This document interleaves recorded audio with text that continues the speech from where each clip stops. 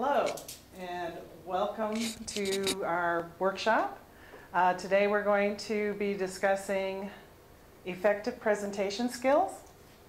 And I'm Julie with the Elite Graduate Program. I'm the intervention specialist here. And today we are honored to have Dr. Wheeless with us. Dr. Wheeless is a professor of communication here at TAM-UCC. She holds a doctorate in speech communication from the University of Nebraska and has over 13 years of teaching experience and 20 years of administrative experience at universities. She has made numerous presentations at communication and planning conferences and is widely published in her field. Currently, Dr. Wheeless serves as the graduate coordinator for the master's degree program in communication. Let's give a warm welcome to Dr. Wheeless. Thank you. Well, thank you all for coming out on a Friday when it's so close to the end of the semester, and I know that you probably have lots of things to do.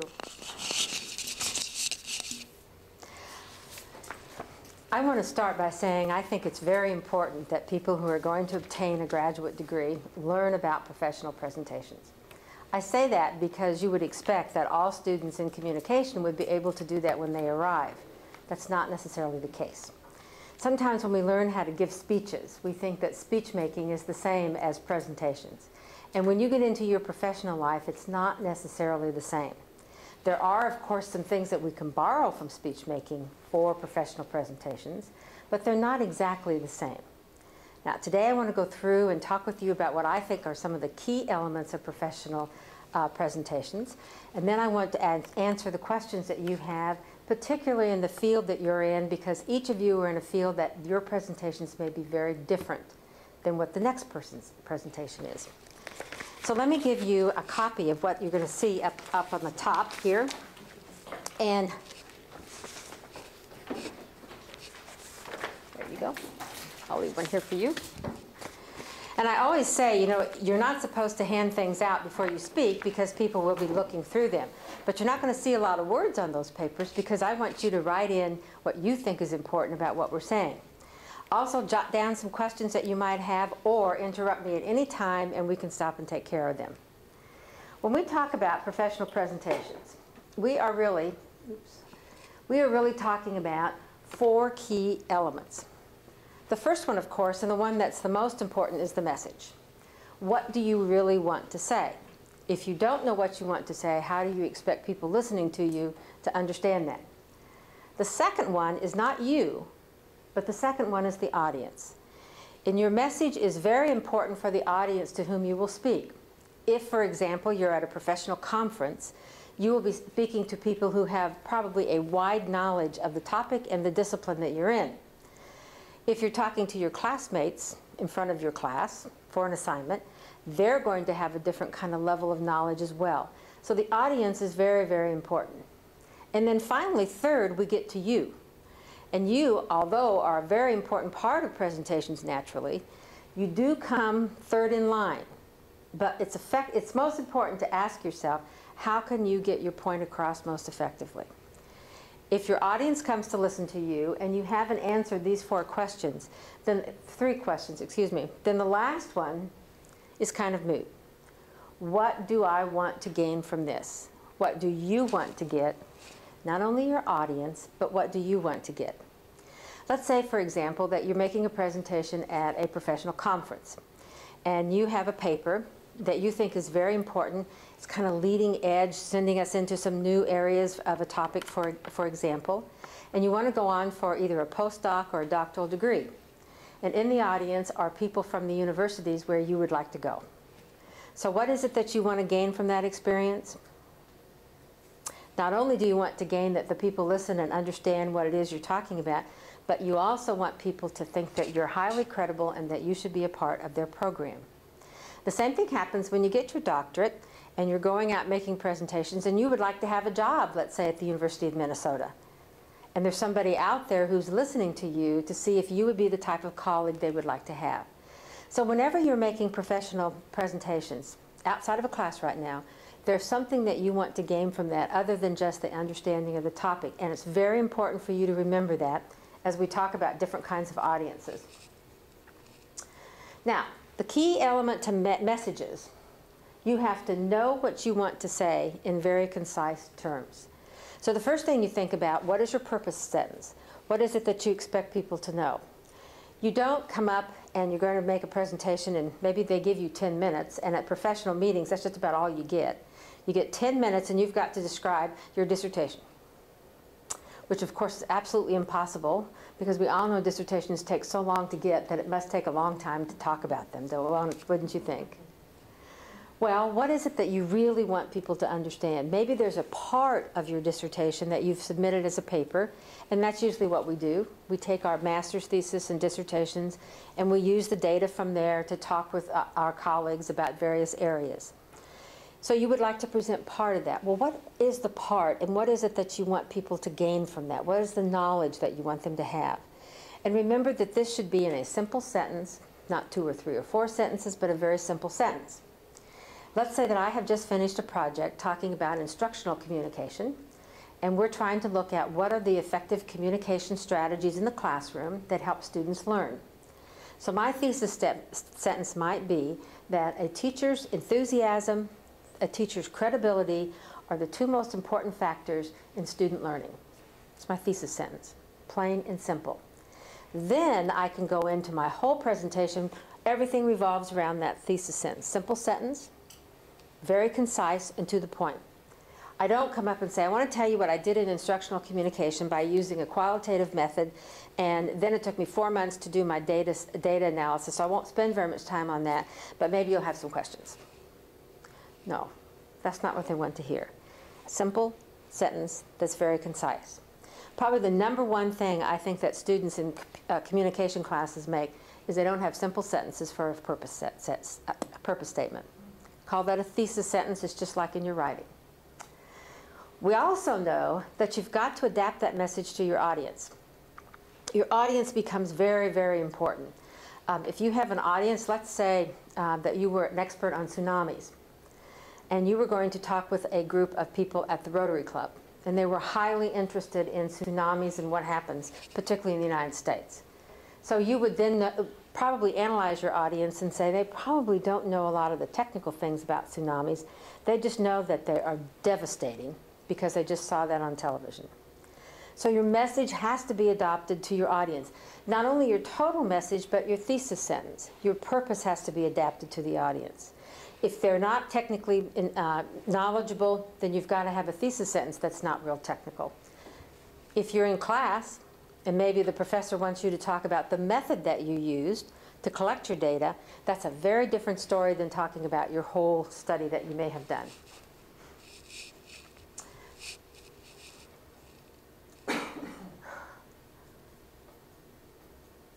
So the first question is, who is your audience? If you're going to make a presentation at a conference, you need to know who it is. If this is your first time to go to a conference and make a presentation, please talk with your professors who have been there before. If you're going to make a presentation to a group of visiting scientists on campus, please talk to your advisor and faculty on campus and find out how much they know about the topic. If you're going to be making a presentation on your dissertation or your thesis, which usually happens once that you finish, you not only invite your fellow graduate students, but you invite the faculty. And maybe you even have to invite people in the whole college. It just depends on the department. So you have to know who your audience is. And don't just say, well, I know they're all my student colleagues in my class, and so they're not going to be very critical. Well, not necessarily. You may raise some very good questions, and they may have additional questions. And that's one of the sights of good research, is that you have heuristic value, meaning that you have extended our knowledge so that we now have new areas that we should research. And that's very important in any kind of original research that you do. So here are some things that we need to know about the audience. The knowledge of the topic, how much information can they absorb in the time you have? Wow. The biggest mistake new people make when they make presentations at conferences, for example, is they don't know how to keep time. They get to 10 minutes and they barely got to the method section of their presentation. No, what's the most important part of a presentation on your research, do you think? The discussion. The discussion, the results. That's what we want to hear. Yeah, we're kind of interested in your method. But if you use a method that everybody else has used, every other biologist does the same thing, then you don't want to go into great detail if you think your audience already knows it. You want to save time for the discussion. Now, what happens if you don't get any significant results? What do you want to talk about? Why you didn't? Why you think you didn't. And the why you think you didn't has to be linked to the literature as well as your method. You know, it's possible that you didn't get any significant results because the method you used didn't allow you to do so. Or maybe the statistical analysis that you used didn't allow you to do so. Maybe you didn't have enough subjects to use, for example, multiple regression or multiple canonical regression, you know, canonical R's and so forth. A certain number of people are important for those kinds of statistics. So in this case, you might want to spend more time on the method and on the analysis than you do on the results. So it depends on the knowledge and your thesis sentence. The other thing is to think about the status and the role that they have. Again, making a presentation in class is different than going to a conference. But I advise you as a graduate student, don't let it be any different. Practice on your colleagues. Have them imagine that they are a novice audience of people in your field, and you're going to be speaking with them. Or they maybe have this much knowledge that you have. But practice on them and make your presentations professional. Don't come up and say, well, here I am. This is the last presentation tonight. It's 9 o'clock. Everybody's ready to go home, so I'm going to go through as fast as I can. No. Make it a very meaningful experience in the classroom so that you practice and you become an expert at making it in other settings. Classrooms are supposed to be risky. We're supposed to allow students to take a lot of risk in the classroom and in our studies. So then when they go out, they know how to take risk, but they also are a little bit creative and a little bit entrepreneurial in what it is that you research. The third one is to find what kind of common interest that you have with the audience. If you have to explain something very technical, and you know that there are people in the audience that have done similar kinds of research, so you know they're kind of interested in that kind of method, for example, then talk about them in terms of some of us, nothing wrong with using us. There are people in the audience. I recognize some of you that are really well known for your expertise in this method, as am I. And then kind of grab them and pull them into what it is that you're talking about. Every audience wants to be a piece of the action. So everybody wants to feel as if they're a part of what you're talking about. So you can do that but through what we call developing immediacy with your audience. Immediacy is defined as psychological and physical closeness. Most of the time, particularly at presentations, you're going to stand behind a podium and everybody's going to be out there, 50, 100 people, you know, whatever. They're all going to be there. They're going to be far away. So you don't have a lot of opportunity to get physically close to them, so you have to talk about psychologically close. You do a lot of that through pronouns, through talking about we, us, they, all of us together. I'm sure that some of you refer to people. You make your presentation personal, and then they feel like they're a part of what it is that you're saying. They become psychologically close to you. If you know that there are some people in the audience who are particular experts at what you're doing, and let's say that you have developed your thesis or dissertation on the work of Dr. Smith, and you know that Dr. Smith is in the audience. Well, talk about it. I was really inspired by Dr. Smith's work in 1994 when he found, and then talk about it. In other words, people know Dr. Smith, everybody knows him, you identify with him, so you begin to bring in that closeness. If you can find common interest, and certainly at a professional presentation, people will have common interest because you're talking about the same field. When you're in class, they have the same kind of common interest. So take advantage of that and bring your audience together. And then last, how are you like them and how are you different? How are they similar and how are they different? In our field, we call similarities homophily. And in homophily, if you can find similarities that you have with the audience, it can build your credibility. It can build your way of being able to have audiences accept your message. So what you want to do is you want to talk about how we're similar, and we've used a few of those words and sentences already, haven't we? If, say for instance, you're at a conference and you're on a panel of all new graduate students. I love professional organizations that have students submit papers and they compete with each other, and then they have programs that are made up solely of graduate students. I think that's so useful for all of you to learn and be able to present your research. Well, if that's the case, then talk about, a lot of us in this room are finishing up our PhDs, or our master's thesis, or our master's degree. And we know that we have spent a whole lot of time on this research project. And I have so much that I want to talk with you about, but I can't tell you everything. So let me step back and tell you what I think is most important. If you have some things that you think are more important, let's talk about those later. In other words, you're alike, hopefully not too different. If you find an audience that's very different from you, like the Rotary Club, you got to search really hard to find some common interest. And maybe the common interest is the tsunami itself. Maybe the common interest is the devastation that happens after a tsunami. So there's nothing wrong with saying things like, we've all seen what tsunamis can do. We saw it in Thailand, we've seen it in Japan.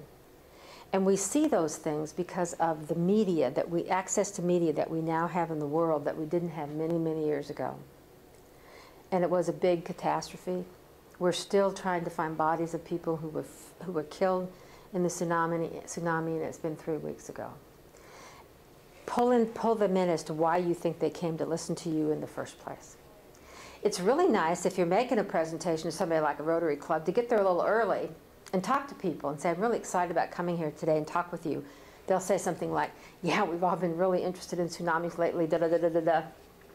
And then you can incorporate some of that into your presentation. Okay, excuse me. The message. What is it that you want them to know? And everything you want them to know has to be related to that thesis sentence. I always tell my students, make an outline. Your thesis sentence, you want them to know number one, and you can have that statement, this is what I want them to know because of, relate it back to the thesis sentence. Or you can have the thesis sentence and you can say, instructional communication strategies are effective for learning because A, B, C. Everything relates back. I'm really big on outlines because I think they really help you to be organized. But I have a lot of freshmen that say they never learned to organize, they never learned to outline. Did all of you learn to outline? Good. You will find that to be one of the best things that you can do in your research. Take one thing you're trying to work with and outline it and see if what you're doing really does support the argument you're trying to make. In organizing presentations, we always say, tell them what you want them to know, tell them, and tell them what you just heard.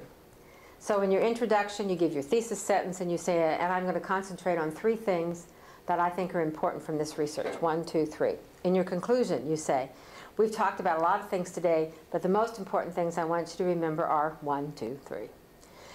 There's a theory in education that says if you tell somebody something 3 times, they'll remember it. Well, I've decided that with my undergraduate students, that has now changed to 4. But I'm still hoping that 3 will be the magic number. That's what I teach them. But I have found that nowadays, sometimes I have to tell them the same thing 4 times. You know, when you teach students, sometimes you forget that telling them what's most important for them to learn is a test, a review for a test, go over the test. Sometimes I don't think we use exams to the way that we should in terms of the learning process for our students. My graduate students do poorly on the exam, guess what they get to do? Take it over again. They do poorly the second time, take it over again. They write a paper, it's a C, what do? They write it again. I don't think that producing a bad product is very teaching. So what I want you to do is to learn. So just keep doing it over until you get it right. And then the next one you hand in, guess what? It's a good paper because you know how to do it. The 4th is be very careful of technical jargon. Technical jargon may be and the elements on a physics chart. It may be different chemicals that you're talking about, maybe different kind of animals and you use the technical name for an animal. You could be doing some kind of statistical analysis and you're talking about multiple regression and everybody kind of looks at you like, what? Although that's kind of an easy thing we know now. But don't think that your audience, every audience understands all that technical jargon. Pass it by your professor and see what they think. And if you're talking to your fellow students in class, be sure you don't go beyond their understanding also of the jargon. And then a lot of people like to use visuals. I use PowerPoint for one most important thing. I don't have any notes. All my notes are right there. And that's how I make my presentations. Those are my notes. People will say, gosh, you talked for 30 minutes and you didn't have a note. And I said, yeah, isn't that funny? Good old me. Yeah, you can use your visuals to be notes. But what you don't want to do is to have a visual that writes out everything you want to say. Visuals are good to have just words or things that, just short things, or pictures. Pictures are really very, very good to be able to say. Let's say that you're looking at something under a slide and you have a picture of it that can show. You in biology and marine, you'll love this. I went to Florida State on an accreditation visit one time, and as a gift they gave ties to the gentlemen and scarves to the women on the accrediting team. And the design on it was made up of what you see under a microscope of beer or liquor. So mine was Miller Lite. So it had all of these wonderful little, things swimming around, so to speak, on this beautiful scarf. Somebody had scotch, a certain kind of scotch for a tie, and it was just beautiful. It was so, so beautiful. Well, it was a great way to visually explain what they were talking about, and sometimes we do that the same thing when we make presentations. We're finding a lot in our research and communication that young students right now are very visual learners, as you might imagine. They have texts and all kinds of things in front of them at all times. They're not very good at listening. So we find we have to duplicate hearing with visual types of things. If I teach a course and I don't have a PowerPoint presentation, that's the first thing the students say at the end of the first class. Could we have a copy of your PowerPoint? Or could you maybe put that up on the screen so we knew what you were talking about? They're very visual learners. Well, you got to know if that's what your audience is, or if you can make your point better by having visuals do.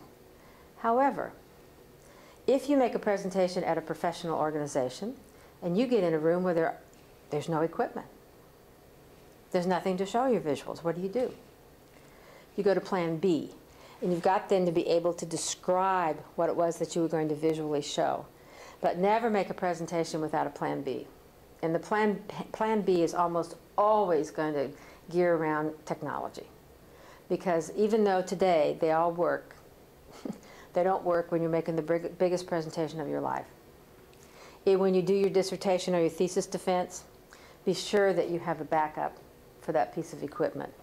And you never save anything on just one saver, do you? HSPs. You never save anything on just one, do you? No, no. You save it on several. You save it on your computer, save it on a couple of those, you send it to somebody, send it to yourself on email. If it's your dissertation or thesis, save it, save it, save it. Because if it can blow up, it will. Think about all of those scholars in Japan that probably lost all of their research, lost all of their teaching and things because there's nothing left.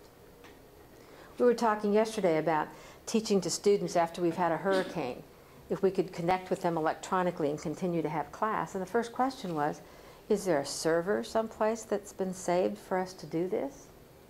Or do we have computers at our homes where if our homes were wiped out, we don't have any. We don't have anything to do this with, and our students probably don't.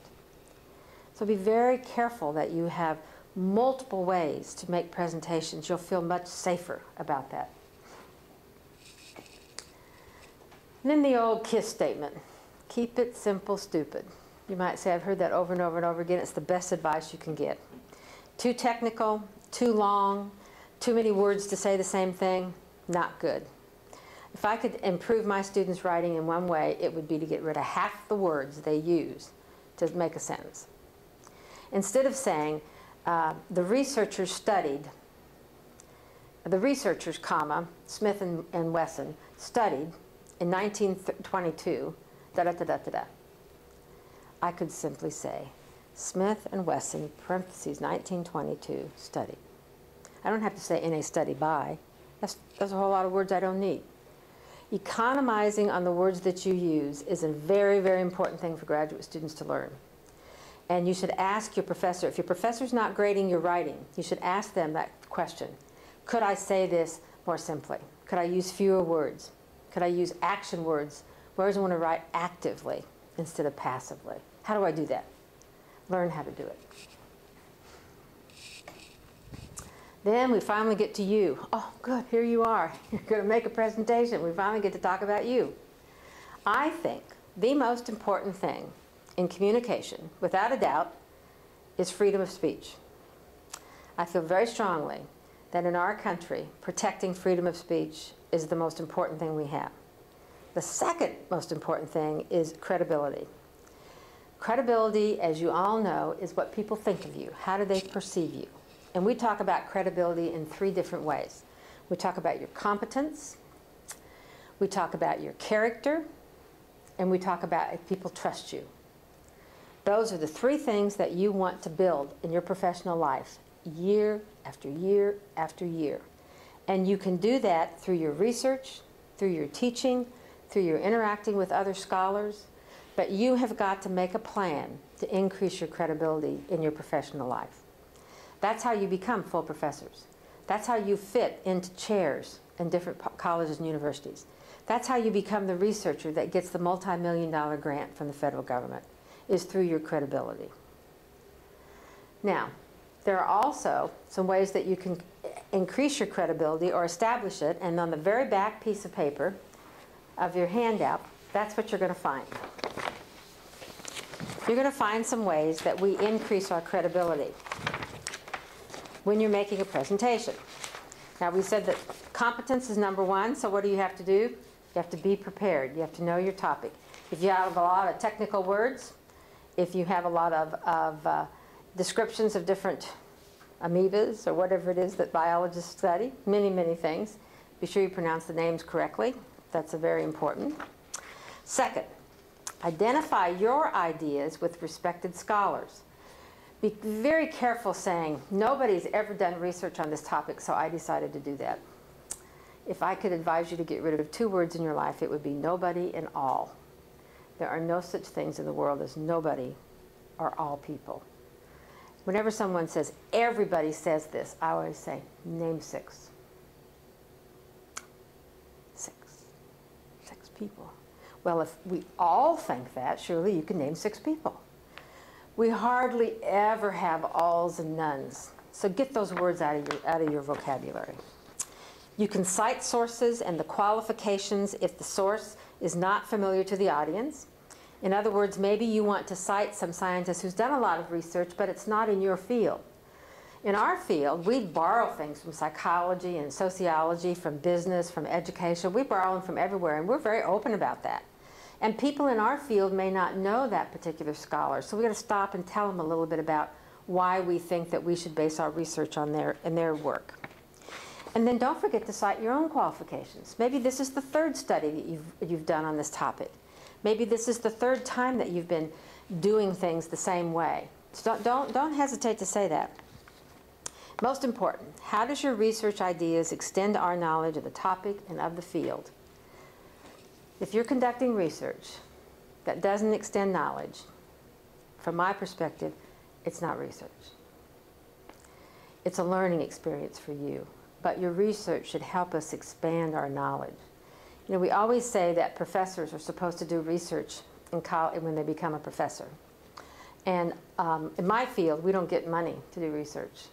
We don't have fundable research. If we do, it's a very wonderful thing to have, but not very many of us get it. But our research is important because it helps expand knowledge of the field, and it also helps us become a better person in our field. Now, in my field, when we expand our knowledge, we become better communicators. I do research on instructional communication, so I take all that research and those findings I have, and guess what I do with them? I put them back into how I teach, so I actually use them. So you want to be sure that you're expanding knowledge.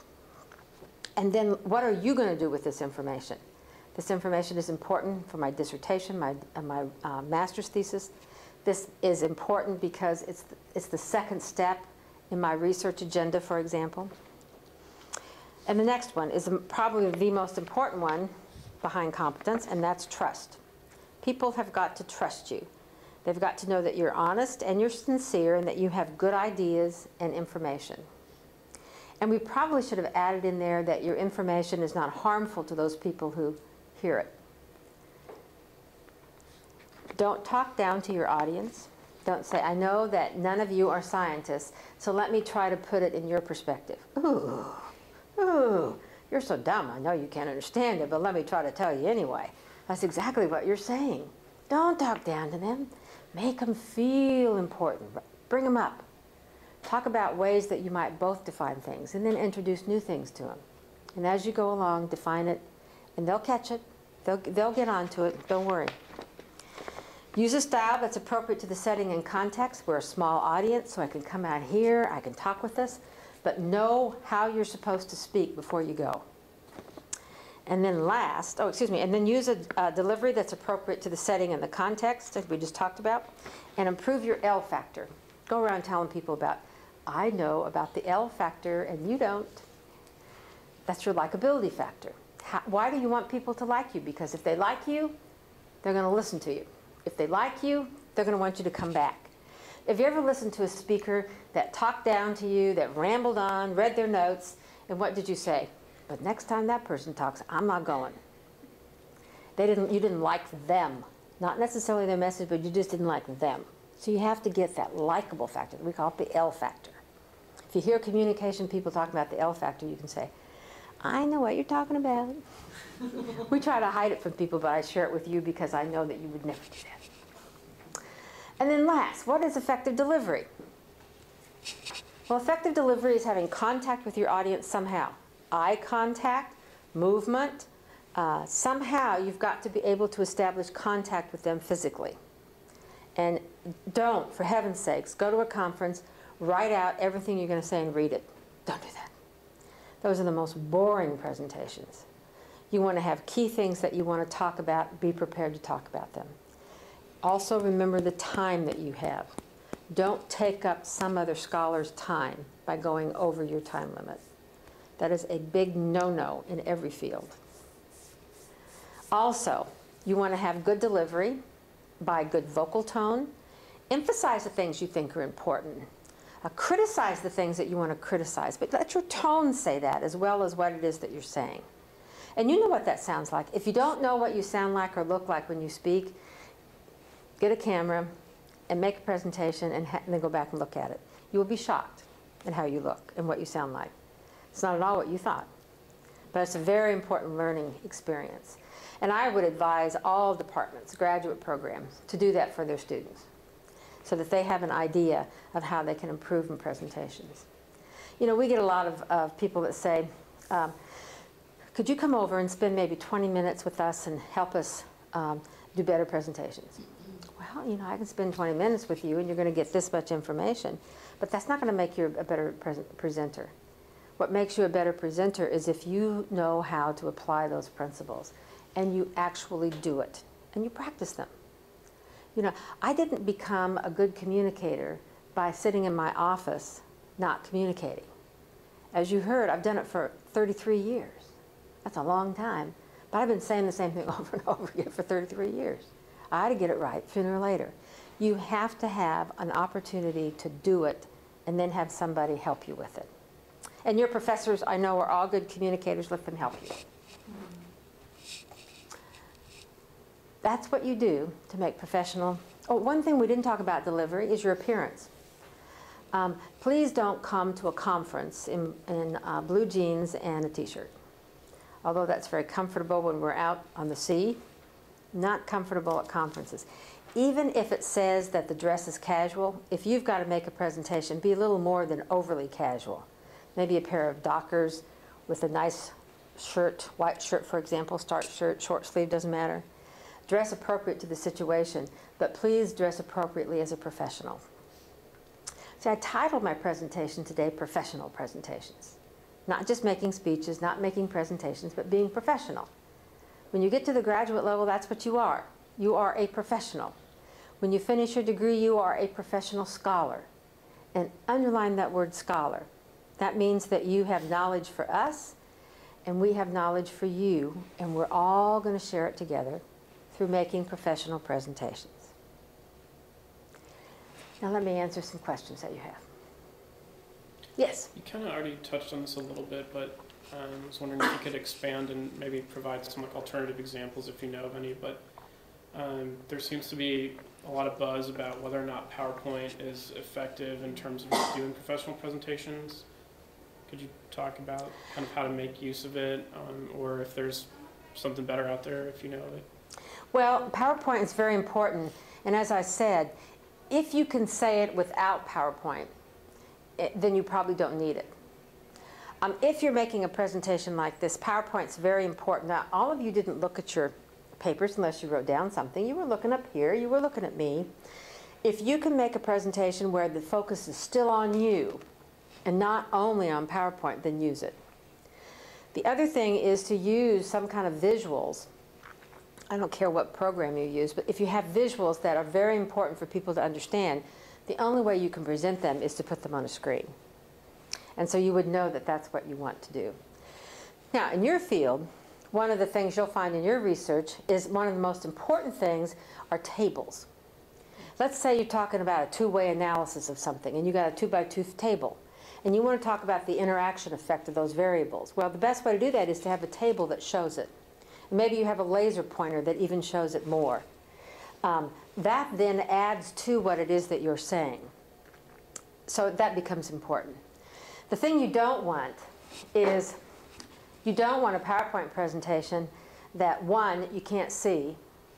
Do not put the background in dark maroon. I don't care if you're an Aggie or not. Don't use maroon. And don't use a light blue background and red lettering, because people can't see it. Also remember that a large majority of men in this country are colorblind. And greens and blues are hard for them to distinguish. So don't have blue on blue, dark blue on light blue, and expect people to see it. There's nothing wrong with black and white. Nothing at all. There's nothing wrong with a little different shade or a little bit of something that you add to it. But don't make it so much that people are only going to watch the graphics on your PowerPoint. Another thing I didn't do today is I didn't bring numbers in. You know, PowerPoint is so good now. You can bring things in one at a time and so forth. And the more that you can do that, the more you can keep the audience's attention. But you use PowerPoint to support your message. PowerPoint is not the message. So as long as you remember that, that'll be good. And don't try to put too many things on one PowerPoint. You know, 3 or 4 is probably the best you can do. But don't try to put too many and make the lettering too small.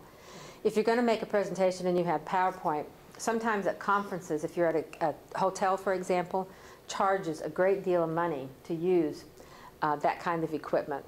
And so you've got to be careful that you're not going to be the one paying for it, because you could be paying thousands of dollars for 1 hour of use of that equipment. Does that answer some of your questions? Yes, thanks. Okay. So I have a question. It's common in public speaking. So I guess I would like your opinion on effective ways to deal with stage fright if it happens. What's your take on that? Okay. I am nervous. I don't call it stage fright, but I get nervous every time I make a presentation. And that's good. It gets your adrenaline going. It gets you a little more excited. You don't want to be dead and dud. So you don't want to not sleep the night before, because then you're dead and dud. But let's say that you got little butterflies, even though there are 3 or 4 people, you got little butterflies. That's natural.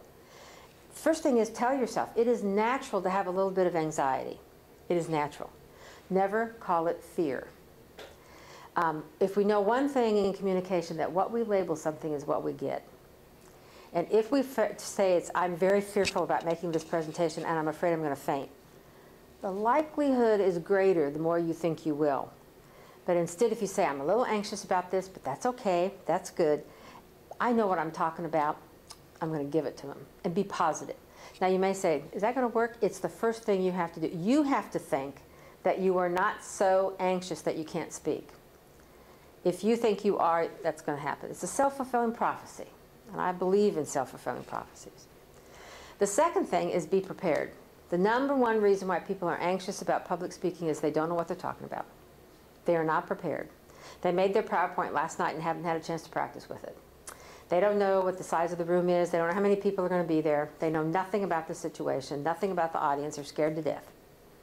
It's their own fault. You have to be prepared for the audience that you're going to have. And then a lot of people use PowerPoints because they're anxious. Some people get anxious about speaking because they're afraid that they look silly in front of a room. Now you may say, that's kind of a silly reason. It's not.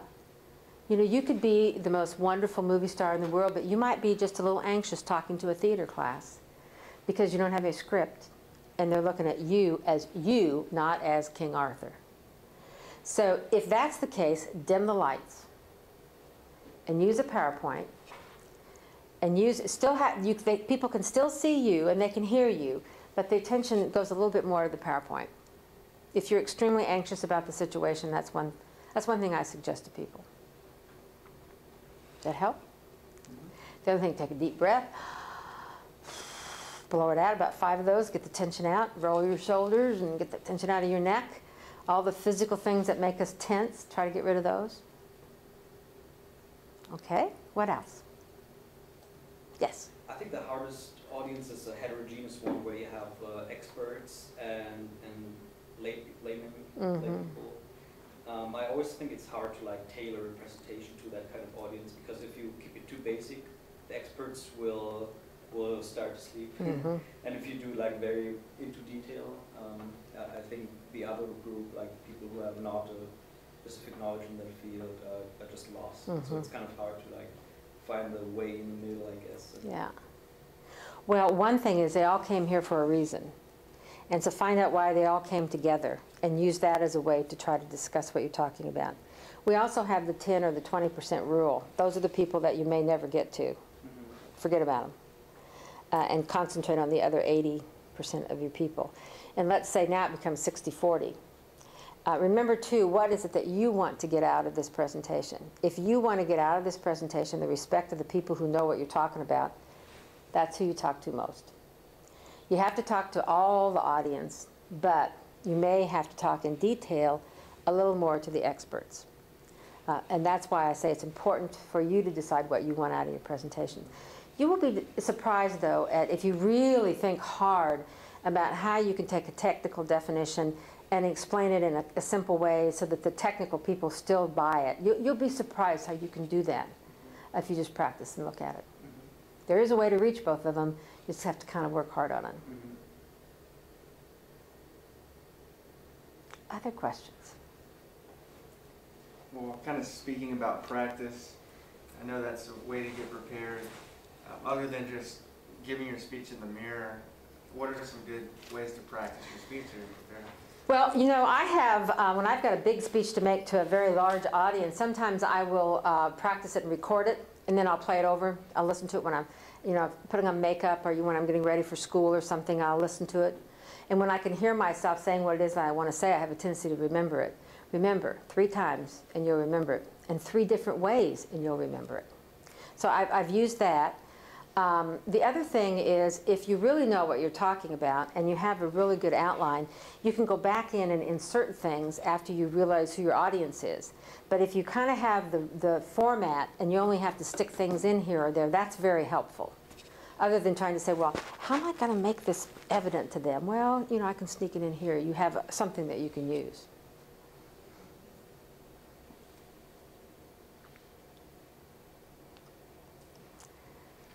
Well, you've been a delightful group to talk with. You've been so attentive. You want to take a course? I have a course where I need some attentive students. Would you like to come and be in my class? Well, I've enjoyed this. Perhaps I'll come back again sometime. And if you have any questions, if I can help you in any way, please don't hesitate to ask. In a college and a university, we are here for all students, not just those students that are in our courses. And right now, we are busy trying to graduate our students this spring. We are a new master's program, and we are graduating our first 16 people in the master's program this semester, so we're very excited. Yeah, very excited.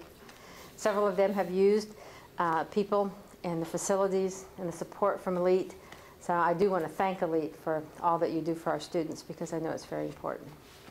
Thank you all very much.